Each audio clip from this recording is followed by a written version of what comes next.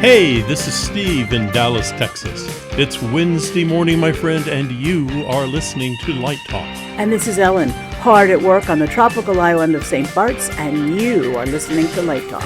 And this is Drew, coming to you from Salt Lake City, Utah, and you are listening to Light Talk. And this is David, coming to you from the lush and beautiful semi-Pacific tropical Belmont Shore neighborhood of Long Beach, California. And if you don't already know, you are listening to Light Talk, and we are the Lumen Brothers and Sister. That's right, Ellen. Welcome, everyone, to episode 479. And today we have a very special show because we have a guest co-host and a long-time fan of this show. I think he's listened to every single episode since episode 1, which shows you what sort of interesting life this guy probably has. Drew Bielinski! All fans of Light Talk, you all know who Drew is. Drew, how you doing? Good, how are you guys? Fine. Where are you calling from today, Drew? I'm from Salt Lake City. Salt Lake City. Yeah. One of my favorite places. I love Salt Lake City. Probably one of the most beautiful spots in this country, by the way. It is, yeah. I never tire of looking at mountains when I go to work. Right. But not exactly tropical weather. No. Is it snowing there today? Nope. It is actually a nice 85 degrees and sunny right now. Oh, wow, that's nice. Very nice. Okay, before we get started, Ellen, why don't you tell our audience a little bit about Drew? Okay. Drew Bielinski is a lighting designer, technical director, and lifelong fan of Light Talk since episode number 1. He currently lives in Salt Lake City, Utah, but he began his lighting journey in 2008 as a lighting board operator for Riverside Theater in Iowa City, Iowa. While he has always been in love with lighting since he was a kid, that one job gave him the spark to pursue a lifelong professional career in the field. Over the next 18 years, he has held numerous roles, including console operator and programmer, sound designer, composer, technical assistant, master electrician, lighting supervisor, and technical director. In the spring of 2016, he moved to Seattle, Washington, where he was the lighting supervisor for Teatro Zinzani and was a member of IA Local 15. He then moved to Salt Lake City in the fall of 2017, where he has done work for the University of Utah, the Grand Theater, Utah Opera, Salt Lake Community College, Salt Lake Acting Company, Center Point Theater, and live busking for several concerts and drag shows. He also occasionally travels back home to Iowa to design for City Circle Theater Company in Coralville. Since 2019, he has been the technical director for Abravanel Hall in downtown Salt Lake City. I think he is also a lifelong fan of LDI. Welcome to Light Talk. Thank you very much. And yes, I am a lifelong fan of LDI. Started going in 2014, and I have not missed a year since. Yeah, it is an appointment traveling for me. Like, I will never miss a year. Great. So great. Awesome. Yeah. We see you every year there. Yep. And a little known fact also about Drew is that he is a member of the Luminoids. That's right. That's right. Drew laid down the piano track for our theme song. And it's cool. awesome. I didn't know that. Every time we hear the piano, and the piano is mixed pretty loud actually in the mix, Lori turns to me and says, God, I love the way you play the piano on this show. On this song. Oh, that's very nice. And every time you say, I didn't do it. I didn't do it, honey. That's Drew. That's Drew's piano playing. I'm playing organ and mellotron, and that's it. But anyway, that's pretty damn funny. So, Drew, how many blue balls, coffee cups, and stuffed animals do you have? Well, I have 2 very rare, not meant for dishwasher mugs. That's right. I have one at my house here, and I have one at my desk at work that I drink out of every morning. And I have 3 shot glasses on my desk at work as well that hold like screws and little trinkets and stuff that I need every now and then. I have a blue ball. I have a couple Light Talk stickers. I basically any sweat. Oh, I had the stuffed monkey that I got from one of the shows. Yep, awesome, those are great. Yep, a crowd favorite. So I have, and one of the shot glasses we have at home, my wife made she put a little, what do you call it, a succulent plant in it. So it's on the windowsill with a tiny little That's plant a coming out of small it. plant. Yeah, it is. Yeah, but it works. A mini cactus. Yeah, you need a cacti for that. Oh yeah.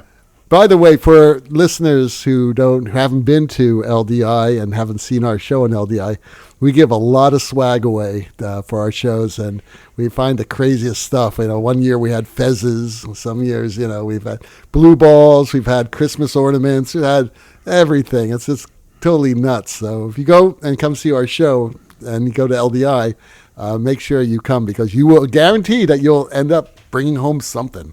Oh yeah. And last year we shamed Bobby Hale into giving away ETC swag, and that was the real stuff. That was good. People were like taking our stuff out of their backpacks and putting his stuff in. Yeah. That They had bandanas. ETC, they have the budget. We don't. It was great. I have the little tiny Yeti that they gave out. Yeah, they were great. I love that thing. That's the Wisconsin shot That's glass. right. That's right. I have 5 of them. In other words, I spent a lot of time in the ETC lounge. It was nice there. It had great cookies, homemade cookies. Absolutely. I love ETC. They're fantastic.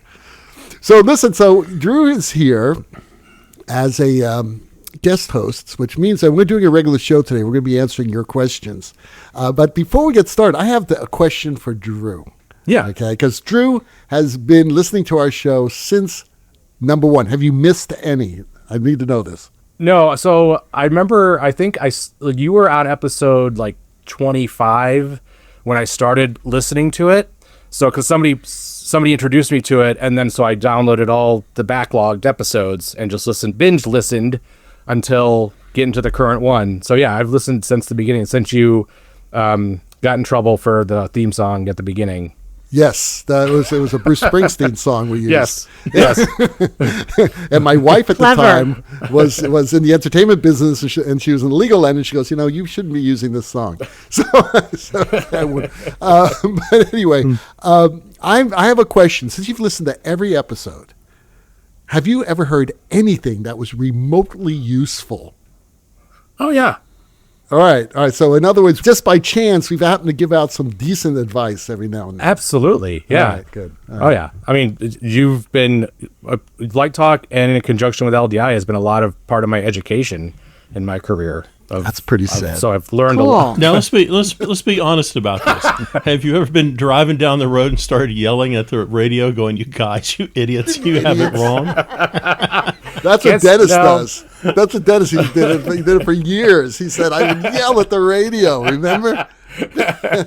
So then we made him a co-host, and now he can't yell at the radio anymore. That's right. Yeah. That's like watching Who Wants to Be a Millionaire, and oh my God, it's D already. It's D. Yep. Why are you phoning a friend? It's D. Right. Call me. I know. It's funny. All right, so let's get started. And since, Drew, you are our guest host, you have the first question of the day. All right. Nicole from Madison writes, I really want to make lighting design and stage production my career, but the expenses of getting a college degree in theater are well beyond my current financial means. Is it possible to have success in this career without a formal education, or do I need to accept a future of never-ending student loan payments? Well, Nicole, I would say, so I'll tell you right now that I do have 2 degrees. I have an undergrad and a grad degree. Neither of them are in theater. I got my undergrad in computer science, and then my grad degree is in science education. And I actually started working in theater while I was working on that degree, and then theater kind of took off. And so I don't have any kind of formal classroom experience in theater as at an accredited university or anything like that. My journey basically was I just immersed myself in the theater. I took every gig and job I could. From that first job as a light board operator that I had in 2008, I made a relationship with the designer, picked their brain, asked them why they were doing certain things, like why did you choose this color, why did you put a light there, like how do you envision a design when you start. Started inhaling all of the knowledge that I was being given and exposed to, job after job after job. And then when I started going to LDI in 2014, I would look at my budget every year and I would try to take at least a class at LDI or two. So like I learned how to program the MA2 at LDI. I got laser certification at LDI. I learned augmented at LDI. I went to any seminars I could go to. So like the Master of Arts in Programming seminars were some of the best information and lectures I've ever heard regarding lighting. And then, I would just also read a lot of literature, like Brad Schiller's The Moving Light. What's it called? The Art of Programming. Yeah. Anne McBill's books, Stephen Shelley, of course. The Light and Sound America magazine I'd read every month, and I still do to this day. So I just put myself out there and read, listened, watched, and absorbed everything I could in the theater world, and gained the skills that I needed to work my way up to where I am now. So it is possible to have a successful career and job without going into a classroom. What do you guys think? Well, I tend to agree. I think that someone who goes, to a few shows every year, USITT, LDI, maybe even Light Fair, just soak in as many conferences, meet as many people. A lot of people start out at a company like PRG or Four Wall, and even if they start out, coiling cable, they can eventually move up into a designer or technical director or shop director or tour director, whatever kind of job they're looking for. And there's also places now like Clifton Taylor and Mark Stanley have started the Studio School of Design, which has rather reasonably priced courses that you can take. I do think there are options, and I think for someone that doesn't want to be stuck with $200,000 worth of student loans, there are definitely pathways into the industry. Yeah, I definitely think universities are not trade schools. You go to a university for a lot of reasons, but you don't go there to learn a craft, I don't think. I was on the 7-year plan when I was in college. I took 2 years off to go to the Barter Theater to be an intern. And generally the interns there were college graduates who were looking for some practical experience. But the thing that's missing in this country is the intern programs and the apprentice programs. When I was there, they had a summer apprentice program that was for high school students. And their intern program was for either the early graduates. The graduate MFAs had not, they just weren't that many at the time. It wasn't like every state's got 15 MFA programs now. So there were a dozen or so MFA programs at the time, and not everyone had access to those. So this was a way to learn the profession. I spent some time at Polikoff Studios learning how to paint. I think it's important to go out into the world and work in that world and learn from people who are doing it for a living. And there's great things you can learn at a university, but their primary goal is to make you, I think, a better human being, better well-read, understanding how to problem solve. But I don't think the university is the place to learn how to hang a light and tighten a C-clamp on a pipe. There's other places you can do that and bring that knowledge back with you. Certainly not the only place that you could learn it. To answer the question, it all depends on what the student feels will be the best pathway. Drew was absolutely correct. You can do this without stepping foot in a theater class. And just listening to the dozens and dozens of guests that we've had on the show, and all of them are pretty accomplished professional designers, their journeys are all very different. You had some people who really did not go to formal theater schools, and you also had people that did, and that was how they got in, because a big part of the college life, especially when you're in the theater, is community, and you develop a community of fellow students and artists who are young artists who are growing and experimenting, as well as you're experimenting and discovering. I took that route. It was a more conventional route. I just found a group of people and a group of professors that I loved being with and I learned from, and we did a lot of shows. So you learn how to hang a light if you got to hang a light. And if you have a professor who knows, who's qualified, that professor can teach you how to hang the light. As a freshman, I had a man named John Haupt, who ended up being the head of Disney lighting for many, many, many, many years. He's a great guy, John. I love John. He even hired me to go to Disney for about a year and a half. But that's a whole nother story. But John was terrific. And I met directors who taught me how to direct and how to talk to a director. I met composers, all that stuff. But that was my journey, and that was important for me. And I also, when I left SMU, I had a whole group of people who I could start to work with in the profession. So that works that way. But you don't have to do that. You can do it the other way too, because if you go to a production company, you're certainly going to learn a lot more about the technical elements of lighting, right, and new technology and whatever technology they may have. And you're going to be getting on-the-job training in professional situations. To me, schools that try to replicate the profession are making a big mistake, because it really is impossible to do that. Right? You're not under the same time pressure, nor should you be under the same time pressure, because they're teaching you how to design and they want you to make mistakes, and you need enough time to make those mistakes and correct them, because that's how you learn. All right. So they can't say, okay, you only have 6 hours to focus a show, or you only have 4 hours to cue the show. It's not part of the process of really good learning. But a combination, if you had a school that gives you a lot of time and a lot of freedom to explore and make mistakes, and then you had a professional internship program, as Steve was mentioning before, then all of a sudden you get the best of both worlds. And there aren't a lot of schools that do that. So for people who want to stay in school, just choose wisely.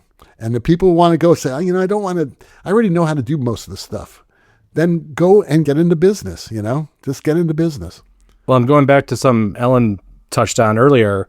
Nicole says she wants to be a lighting designer. Don't expect to get gigs and immediately get behind a console. You'll have to take jobs like you said, coiling cable, pushing row boxes.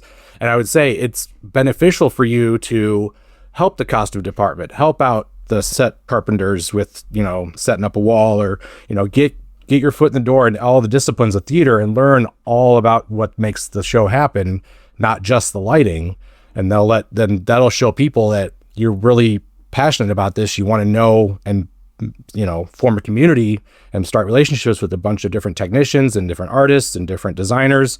And that will actually be more beneficial to you than if you just say, I'm doing lighting only. All right. Ellen, you have the next question. I do. James from Denver asks, how do you establish a healthy work-life balance as a freelance designer when you have to travel a lot to build your career? Well, I think that's a really interesting question. There's a fabulous dance lighting designer by the name of Robert Wurtzel. And I think he told me once that he was home an accumulated 3 months out of 1 year, if he added all the days together that he was home. And he has twins that I think they were 11 or 12 at the time. And I'm like, oh, do you remember what your kids look like? Teasing him about being on the road so much.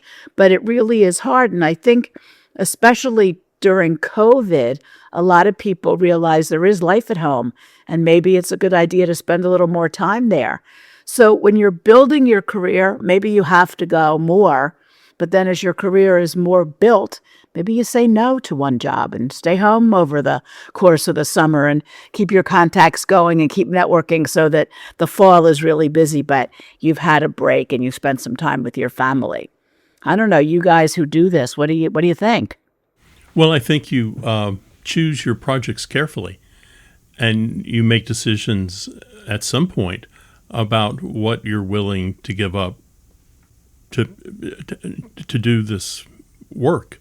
When I was touring a lot, I can understand what he was saying. In my first tour, I was out 50 weeks out of 52. You've got to build in time for relaxation. You've got to build in time for health. You've got to build in time for eating a real meal as opposed to grabbing a hamburger and French fries backstage. I think people are always running around saying, I'm stressed. And I just don't buy that anymore. You're letting yourself be stressed. You're creating this trap that you can't get out of because you think nothing can be done unless you're there working on it. And I just think you have to learn how to manage your time. And the people you work with, they're trying to manage their time too. So I think sometimes we get so gung-ho about I'm going to design 3 shows every month. Maybe you're designing 2 shows that really kind of suck, and 1 show that looks really good because you're not giving your client or yourself the time to really do the work. It's just becoming repetition. I'll put the blue there, I throw the gobo here, put the fog machine there, and I'm off and running. So I think as an artist, you have to give yourself time to be creative and give yourself downtime. Yeah, I totally agree with Ellen and Steve. When I started out as a freelancer, getting in, I was super excited to get in the business and get jobs that, I rarely said no to things, and I would go from show to show, sometimes theater to theater, and 2 in one day. But then as I got more experience and, built up some relationships with people, I started, was able to schedule my alone time more. Especially now with technology where you can do a lot of pre-queuing and pre-work at home with, augmented or, MA3D or whatever, visualizers. It has really helped me separate my home life from the theater. If I have a show coming up, I actually kind of plan out, I make checklists and I plan out how much I'm going to do each day. So, and that's a big thing. Preparation before you get to the theater is a big part of that too. Because if you wait until you get to the theater to do everything, you're going to be really stressed out, try and get everything done by the time tech starts.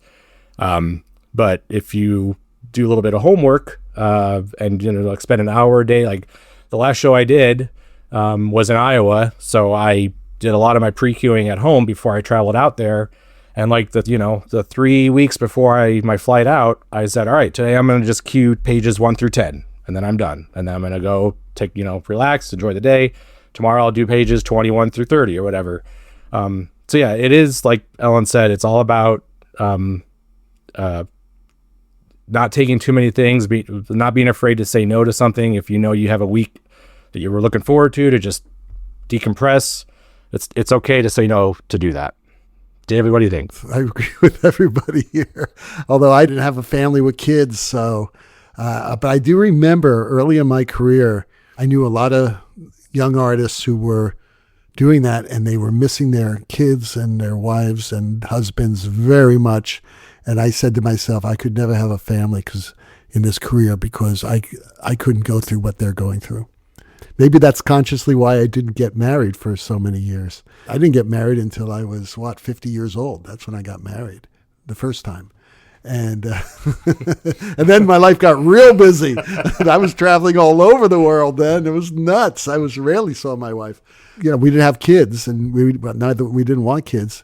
So, we didn't have to work. But if we had kids, I don't know how I would have handled it personally. So. And you had to retire to get married the second time. I had to retire to get married to Lori.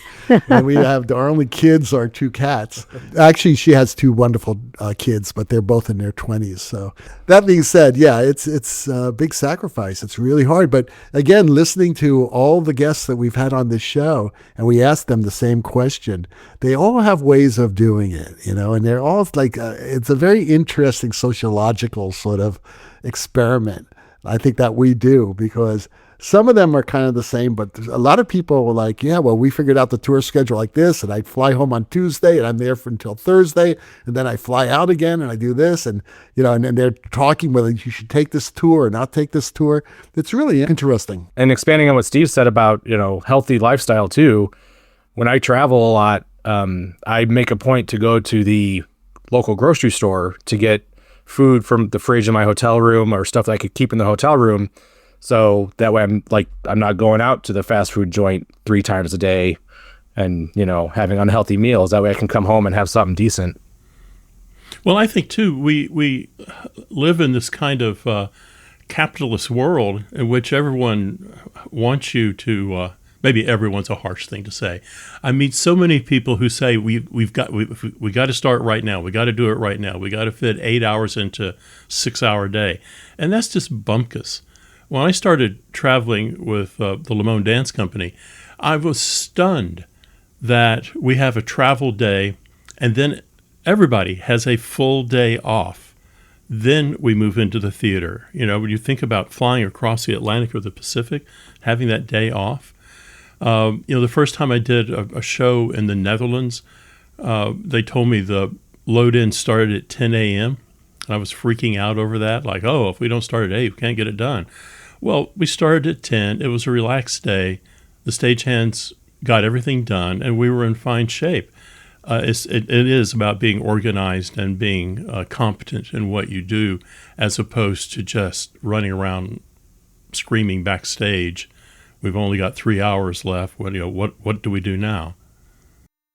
Heartbroken in Seattle writes, I have been working with this director for over 10 years, mostly in LORT B and C theaters.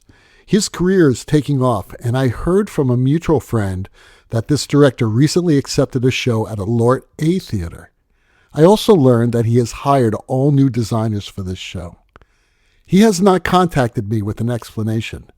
I was hoping that our team would move up together, but it seems that he does not feel the same loyalty.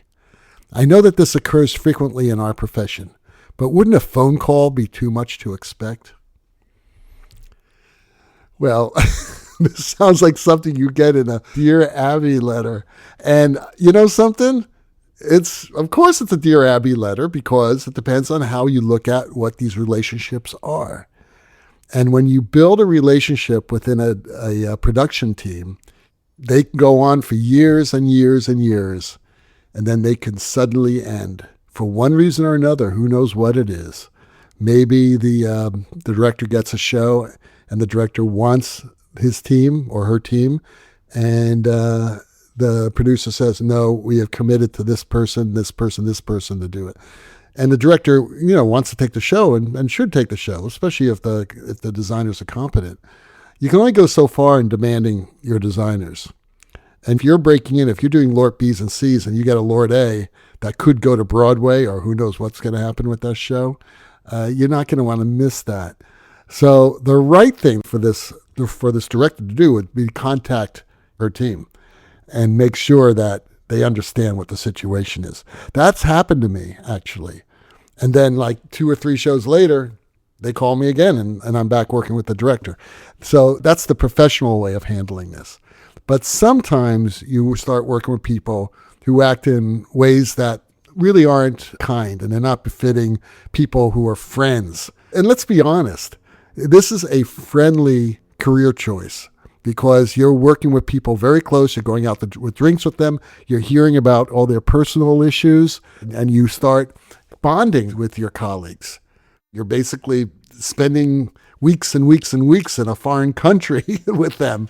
So you're experiencing new things. That's the beauty of the theater to me. One of the wonderful things about the theater is that you get to make these relationships. But in this case, I think it's really poor form for this director not to call. Too heartbroken in Seattle, I wouldn't even bother. If this director's hasn't called you yet, and they probably won't call you, and you can't, just call them and say, "Hey, what's happening? Why didn't you call me?" I don't think that's the way to handle it. You just move on with your career, and you find new directors. What do you all think? I agree. I mean, there's everything you said is true.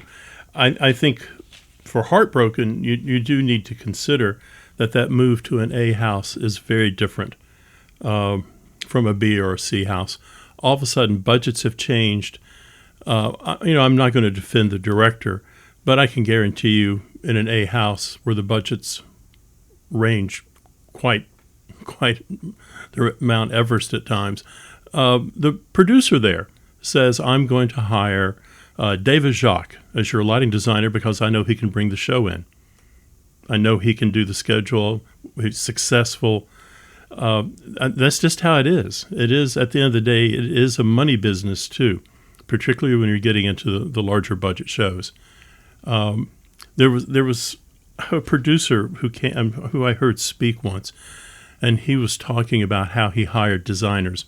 And someone said, oh, you could hire anyone you want. And he said, well, kind of. And they said, I've noticed you've never worked with XYZ Broadway designer. And he said, that person's one of the best designers on the planet, but he or she doesn't know the meaning of the word budget.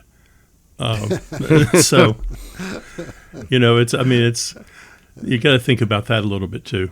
Yeah, although on the other hand, we have had guests who, at a very young age, have done a Broadway show or a Big Lord show because they worked with a director who moved up and they went with them, or they were assisting a designer who couldn't do the job and said, oh, well, here, maybe you can handle this one. So I guess it works in both directions, but it depends on how powerful the director is. Mm-hmm. And it also depends on the producer. Now, you were talking about commercial theater, which is something that I stay away from intentionally. But, in the opera world, in the larger, live entertainment, and it's not Broadway, then usually the director has a lot of clout. They really do. But I know of some instances where designers, were hoping for their first Broadway show, and they just didn't get them because the producer just said, we don't want to take that chance. Or we want to bring like Jen Shriver on, who's going to probably be nominated for a Tony, and that's going to sell more tickets.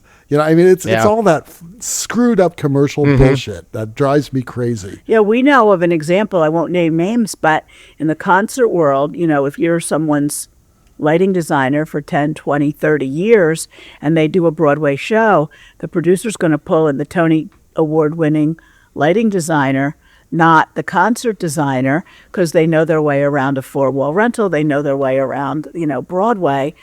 And then when they decide to do a HBO special of the performance, they call you in to do the television lighting. Right. It's so screwed up because it's easy to solve that problem, and some shows have done this where they'll bring you in, but you would have an associate who knows their way around. Like when I did that show in New York, I brought in Nick Solium to be my associate, right. And Nick knows he's like one of the top associates on Broadway. And he's a former student of mine, too. So we had a great relationship. And, of course, he said yes, and it was wonderful. But this, that does happen as well. I think that's a good solution, though, because then the designer's not disappointed or heartbroken, and they have the help they need. I had the help I need. I didn't. That was one of the most pleasant experiences of my career because he knows everything. He knows the shops. He knows all that stuff. It's just fantastic. So I was very fortunate. Well, also, if you think back on La Cage aux Folles, when they remade it as the Birdcage, I believe they certainly had a director of photography on that, but they brought in Ken Billington to light the club scenes. And no feathers were ruffled there. You get the best people you can get in each area, and they walk in and do it. Well, that works in the other direction too. You could have the world's best cinematographer on a movie, and they bring in people like Jules Fisher or Mike Baldessari to light the theater scenes. You are listening to Light Talk with the Lumen Brothers and Sister, and Light Talk is sponsored by No More 10 out of 12s. A beginner's guide to lighting Hamlet. At some point in your career, you will light Hamlet. But how to start? Step 1. Start dark. Act 1. Is it dark enough? Act 2. Darker. Act 3. Darker but artistic. Act 4. Darker and sadder. Act 5. Dark enough that death itself needs a flashlight. The typical conversation between the LD and the director often starts with, lighting designer, so darkness. Director, yes. Lighting designer, how much darkness? Director, more. As the lighting designer of Hamlet, you must help the audience distinguish between artistic gloom and a power outage. Step 2, the ghost. The script says a ghost enters. As lighting designer, you have 3 options. Option 1, blue light and fog. Option B, more blue light and more fog. Option C, so much blue light and fog the audience thinks they're at a rock concert. Eventually, you will choose option C. Step 3, Hamlet's soliloquies. And baby, there's 7 of them. The director, the audience must understand his inner turmoil. Lighting designer, a special? Director, yes. Hamlet, to be or not to be. Audience, a single light. Important thoughts are being revealed. Step 4. Claudius is a moving target and the lighting must be carefully crafted. Act 1. Slightly suspicious. Act 2. Definitely suspicious. Act 3. Standing under a beam of light that practically shouts murderer. Act 4. Unraveling under the weight of guilt. Act 5. Full James Bond villain. Step 5. The play within the play. Director, how do we show this is a performance inside a performance? Lighting designer, different lighting. Director, brilliant. Lighting designer, I can change from amber to blue. Audience, oh, something deeply symbolic is happening. Step 6, Ophelia. The director says she's descending into tragedy. Lighting designer, soft light. Director, poetic light. Lighting designer, maybe flower gobos projected everywhere. Director, beautiful. Audience, she's either seeing things or sponsored by FTD. Step 7, the graveyard scene. Minimal requirements, a grave, a skull, existential despair. Director, moonlight. Lighting designer, how much moonlight? Director, enough to contemplate death. Step 8, the final duel. The final scene is basically fight lighting, death lighting, more death lighting, surprise death lighting. Director, everybody dies. Lighting designer, excellent. How many specials am I running? Stage manager, oh yeah. Final thoughts. The audience should leave saying, I couldn't always see what was happening, but it felt extremely Shakespearean. This has been a public service announcement from No More, 10 out of 12. And now back to Light Talk in that fog of blue light. Blue light and fog, you can never go wrong. Oh, no. Okay, I have a pretty extensive career in lighting design. I have never lit Hamlet. Well, it's not too late. Well, now you know how. Now you know how. Okay, so Steve has the last question of the day. Kelly in Tucson writes, where do you place your booms when lighting dance? How does placement affect your focus? Well, everything. Placement affects focus of every light in the rig. But if you're just looking for mechanics, then I'm going to place my booms no closer than 6 feet to the opening and no further than, say, 10 feet away. I'm going to place my downstage boom close to the main curtain so I can get a nice straight cut across the curtain line. And I'm going to take my upstage boom and do the exact same thing. I'm going to put it as close to the cyc as I can get it so I can get a nice straight cut back there. The real question, I think, is do you like light on the floor or do you like dancers kind of floating out there? So I think you have to make decisions about how you cut. And clearly I'm talking about a kicker here when I say how you cut something. For me, my placement of the boom, 6 feet or 10 feet off stage, gives me a little bit more latitude when I do that cut off the floor, because what I'm trying not to do is get a big shadow line so their feet are lit at center line, and as they walk left or right, the light starts creeping up their body and all of a sudden there's a cut at their knees. I'm trying to extend that light as far as I can down. David, you've done a boom in your day. How do you like to place your booms? I do booms all the time. I love the sidelight, but I don't do dance. I'm usually doing it for musicals then there's dance and musicals, of course. But anyway, the placement will depend on what is going through those wings. It's that simple.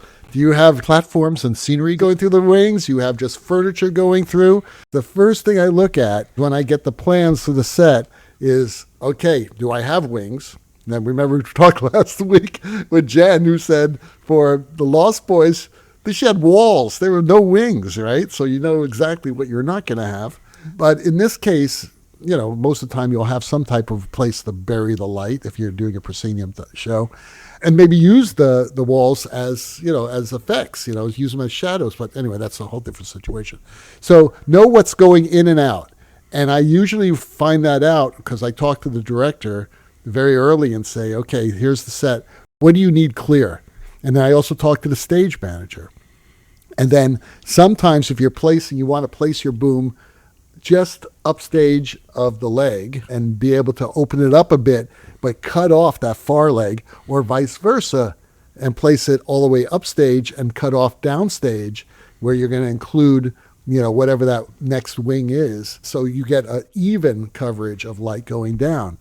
Or ideally, they're going to be in the middle. But if there's stuff coming through, there are entrances and exits and scenery coming through there, you're going to have to choose downstage or upstage, because usually you only have 7 or 8 feet between each wing.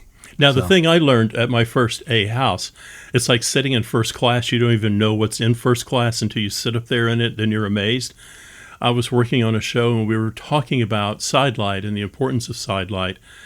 And I'm sitting there trying to scope this out and figure out how I can get this done. And the master electrician and the TD looked at me very kindly and said, you've only got 8 booms in the show. We can motorize them all, and we'll fly them in and out as you need. Yeah. Well, that's for a large yes. budget. That's what fly them in and out. That's what you learn at the A houses. And there's no problem that can't be solved. Right. If you have the money. Yeah, and the other end of the spectrum in New York City, and I suspect a lot of other places, a lot of dance takes place in small black box theater type places where there are no wings at all. And a lot of times you see light ladders literally on stage to handle the side light. Well, that's like the Joyce. I mean, you got a full 3 feet of wing space on either side.